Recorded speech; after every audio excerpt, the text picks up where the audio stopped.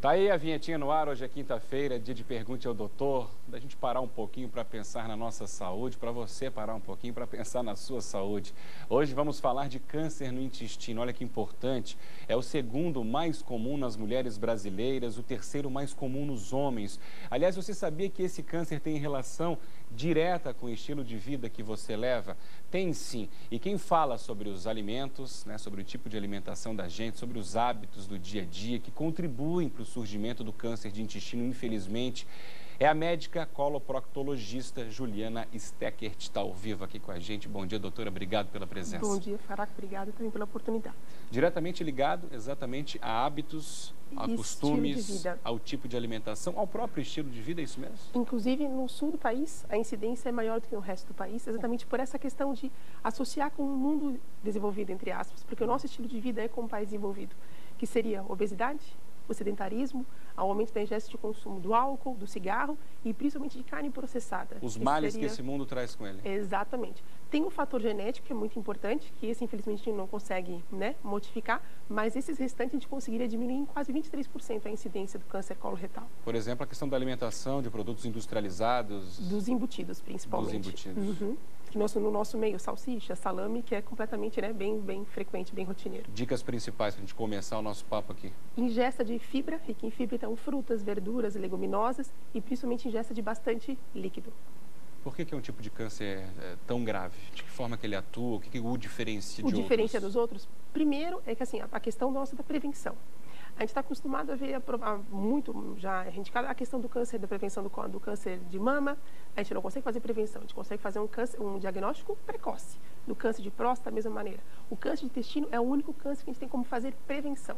Geralmente, estou falando assim, em torno de 90% dos casos, ele se inicia com uma forma de pólipo, como se fosse uma verruga que cresce nessa camada intestinal. E ela tem esse fator genético e esse fator ambiental que a gente estava falando. E ele geralmente demora 10 a 12 anos para crescer e dar origem a esse câncer. Então, por exemplo, através da colonoscopia, esse exame, a gente consegue identificar esse pólipo previamente e já consegue retirá-lo através da colonoscopia.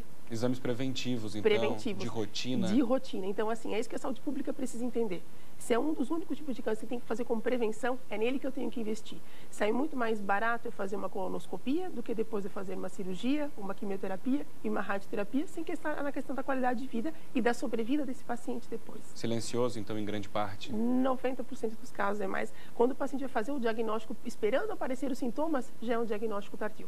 Se a gente pensar que o intestino é um músculo, é um tubo muscular, até crescer alguma coisa e aquilo obstrua a luz, para começar a dar um sangramento, para começar a dar uma dor, começar a dar uma cólica, essa lesão ela já se espalhou provavelmente para outros locais. Então eu tenho que identificar enquanto ele ainda não é sintoma, quando ele é assintomático, que geralmente ele é na forma de pólipo. Chances de cura quando descoberto precocemente? Então, a sobrevida desse inicial, quando fica próximo à mucosa, que a gente chama do T1, é de 90% de sobrevida em 5 anos.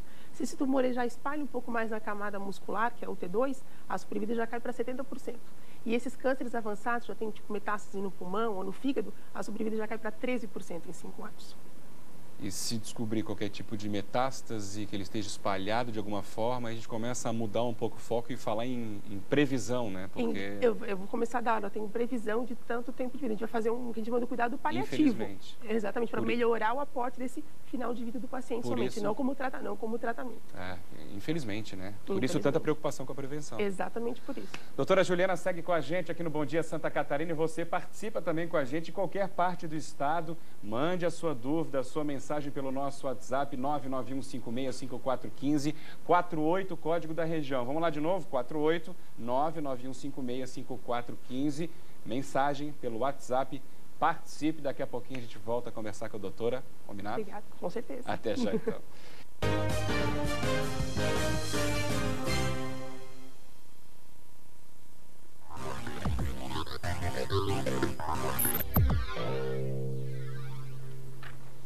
Estamos de volta com o nosso Pergunte ao Doutor de hoje para responder às suas perguntas. As perguntas enviadas pelo WhatsApp do Bom Dia Santa Catarina, no nosso quadro Pergunte ao Doutor, como disse há pouco.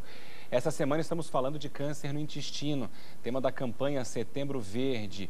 E a coloproctologista, a doutora Juliane Steckert, está ao vivo aqui com a gente. Já batemos um papo logo no comecinho do jornal, agora para responder as perguntas que estão chegando de todas as partes do estado. Algumas com identificação, outras não. Aqui o telespectador prefere não se identificar, mas ele diz o seguinte: como o câncer se manifesta? Provocador? Se a gente não sabe que tem, como saber os sintomas que ele causa? Esse é um dos grandes problemas. É exatamente isso. Eu quero identificá-lo antes que ele traga algum sintoma, né?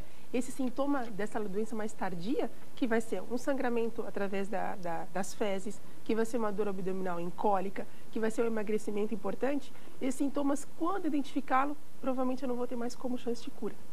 Né? Então, exatamente, eu tenho que fazer a prevenção. Ou seja, não esperar pelos sintomas. Não esperar por sintoma. Vamos pelo preventivo aí, se descobrir precocemente, as chances de cura chegam a 90%. Qual a periodicidade que o exame de colonoscopia deve ser recomendado a se realizar no homem? Marcelo da Silva, nosso telespectador lá de Imbituba. Obrigado, Marcelo. Tanto para homens quanto para mulheres. É exatamente da mesma forma, exatamente. De maneira geral, a partir dos 50 anos, a gente começa a fazer a prevenção. Se a gente não identifica pólipo nenhum, é a cada 5 anos que a gente repete o exame. Se a gente identifica algum pólipo, aí depende do tipo, depende do número, depende do tamanho, cada um vai ter o seu segmento bem individualizado. Se tem alguém na família que já apresentou algum tipo de câncer coloretal ou pólipos, a gente começa um pouco antes, pelo menos uma média de 10 anos antes do que o familiar teve. Então, esse acompanhamento ele pode realmente começar um pouquinho mais cedo. Mais uma pergunta chegando. Gostaria de saber, diz o telespectador, se as intolerâncias alimentares, glúten, lactose, etc., contribuem para o surgimento do câncer no intestino. Essa é uma pergunta hoje em dia em alta, bastante frequente. Muito bem discutida. Né? E elas não têm nenhuma relação com câncer de intestino grosso, tá? A questão do glúten, para alguns pacientes, quando eles não fazem a dieta adequada, se realmente é uma alergia alimentar, ele pode aumentar a chance de um linfoma, mas é uma chance bem pequena, que é do intestino delgado. Do intestino grosso, nem o glúten e nem a lactose vão interferir. Mais uma pergunta da Cristiane. Obrigado, Cris, aqui de Floripa. A constipação constantemente pode ser relacionada, pode estar relacionada com câncer de intestino. O que é a constipação exatamente? Existe essa relação, doutora? Então, não existe. Até porque a definição de constipação é uma coisa um pouco difícil de delimitar, porque todo mundo que acha que não evacua todo dia, acha que se acha constipado. E isso não é uma verdade, né? Se é que existe um ritmo intestinal correto, seria de 3 vezes ao dia até uma vez a cada 3 dias.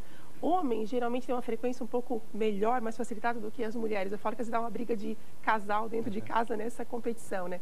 Mas independente disso, o fato da pessoa ser um pouco mais constipada, ou que ela se diga que ela não vá essa frequência toda no banheiro, isso não aumenta a chance de fazer um câncer intestinal. Não está diretamente ligado, então. Eliane de Florianópolis, a gente agradece a Eliane também, a nossa telespectadora. Ela diz o seguinte: minha mãe teve câncer de intestino. Há a possibilidade dos filhos virem a ter também a questão da genética? Sim, eu digo assim que é essa parte que a gente não consegue modificar.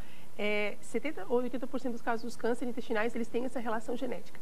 Não significa, por exemplo, a mãe teve, o filho tem o gene lá guardado, não significa que ele vai manifestar, né? Mas por isso que a gente tem que fazer, principalmente o segmento à risca nesses pacientes com os familiares. Parentesco direto? Parentesco de 1º até 2º grau. Então, pelo menos começar 10 anos antes do que o familiar apresentou o sintoma. Ou seja, e manter esse acompanhamento cuidado maior, continuamente, sem sinal dúvida. de alerta ligado desde pequeno. Charles de Florianópolis.